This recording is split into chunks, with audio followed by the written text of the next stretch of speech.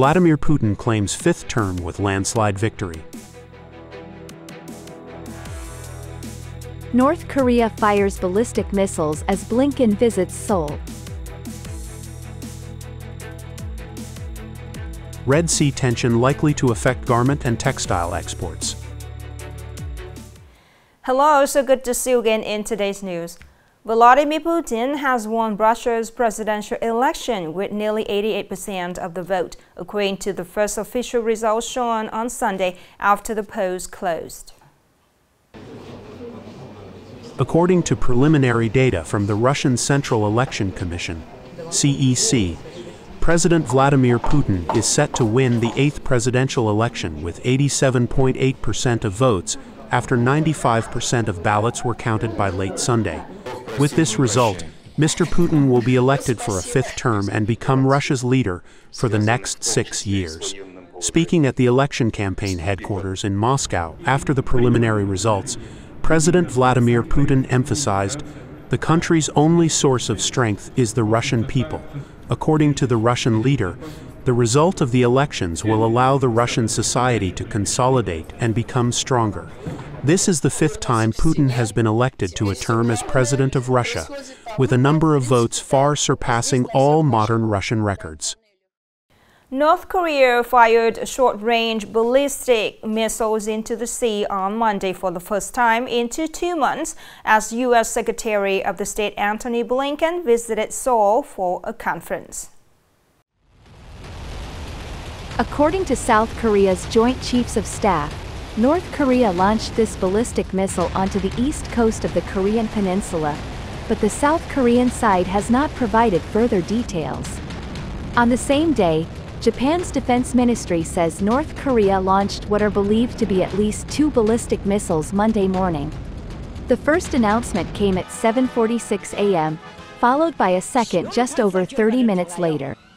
Both projectiles fell outside of Japan's exclusive economic zone.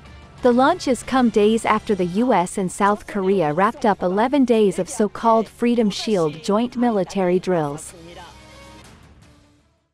Vietnamese finance and foreign affairs will be high on the agenda of the March 18 Q&A session of the National Assembly Standing Committee, part of its ongoing 31st sitting. Related to the financial sector, the content of questioning and answering session focuses on the management and oversight of insurance business activities and services, especially in the life insurance sector, the evaluation and licensing procedures for financial service companies, the enforcement of laws concerning lottery, betting, casinos, and electronic gaming with prizes. Other issues put by lawmakers also include rice management and determination for state-priced goods and services, customs procedures and supervision, and the fight against smuggling and illegal cross-border goods transportation. In the field of foreign affairs, questions posed by lawmakers will cover a broad spectrum, including strategies for Vietnamese citizen protection abroad, addressing legal violations committed by both Vietnamese citizens abroad and foreign nationals within Vietnam, protecting the legitimate rights and interests of Vietnamese fishermen, the implementation status of bilateral and multilateral agreements, with a specific emphasis on measures to promote economic, trade and investment cooperation, promoting Vietnam's tourism industry to the world, including visa exemptions for foreign tourists. Upcoming are some updated news. The Red Sea crisis is causing bottlenecks in maritime lifelines, increasing transportation costs and reducing the competitiveness of Vietnamese goods, in which textiles, coffee and phones are under high pressure. According to export businesses, normal shipments take 28 to 30 days, but now it takes about 3 months. Apart from time-consuming, shipping rates have escalated from $1,400 at the end of last year to $5,300 according to current quotes for a 40-foot container to the Middle East. Additionally, industries that depend on supply chains are vulnerable to disruption. Delays in imports of raw materials and components can significantly hinder production progress.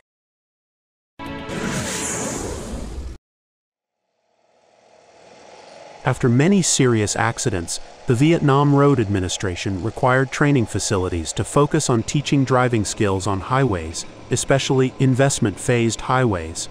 Accordingly, the Vietnam Road Administration requests the Departments of Transport of provinces and cities to direct driver training establishments to develop driving technique curriculum based on the training framework on all types of roads, including highways. The content includes training and instructions on steps to take when driving on the highway and handling road emergencies that occur on the highway. Furthermore, training establishments must use simulators to learn to drive on the highway, to identify unsafe traffic situations on highways through software that simulates traffic situations. The Steering Committee of National Target Programs of Nghệ An Province voted to recognize new rural standards camels for 4 camels of Thành District and 6 camels meeting advanced new style rural standards, including Hưng Thống Camel, Hưng Nguyên District, Nam Hưng Camel, Xuân Hoa Camel in Nam Dan District, Thanh Tiên Camel, Thanh Trung District, Quỳnh Liên Camel, Hoàng Mai Town, and Nghi Phu Camel in Vinh City.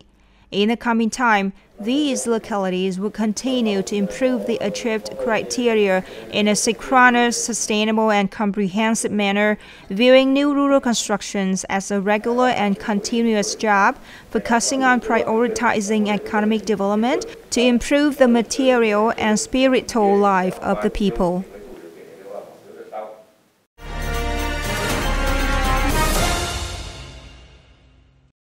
Move to today's story. Nghệ An Agricultural Extension Center has focused on selecting seedlings suitable for each area to increase economic values. In particular, the commercial lentil fishing farming model implemented recently in Seoul district has shown remarkable effectiveness and actively responded by farmers. With 100% capital supported by the Provincial Agricultural Extension Center, Seoul District Agricultural Service Center has built a pilot model for commercial catfish farming on an area of 0.5 hectares in Ta Ca commune. Up to now, the model has achieved very positive results, highly acknowledged by farmers as well as local authorities. This positive result has created a basis for replication in the coming time. Implementing a contract with the Provincial Agricultural Extension Center, the unit has guided people on how to treat ponds and provided training course in transferring scientific and technical advances. After 10 months, the commercial lentil fish farming model has brought high efficiency. Recently, Nghệ An Agricultural Extension Center has actively built pilot models, focusing on mountainous, remote areas. Especially taking advantage of natural conditions such as streams, lakes and dams to develop aquaculture in the district, thereby helping people build new ways to develop economy. From the positive results of the commercial lentil fish farming model, the center will coordinate with localities to select locations to replicate the model.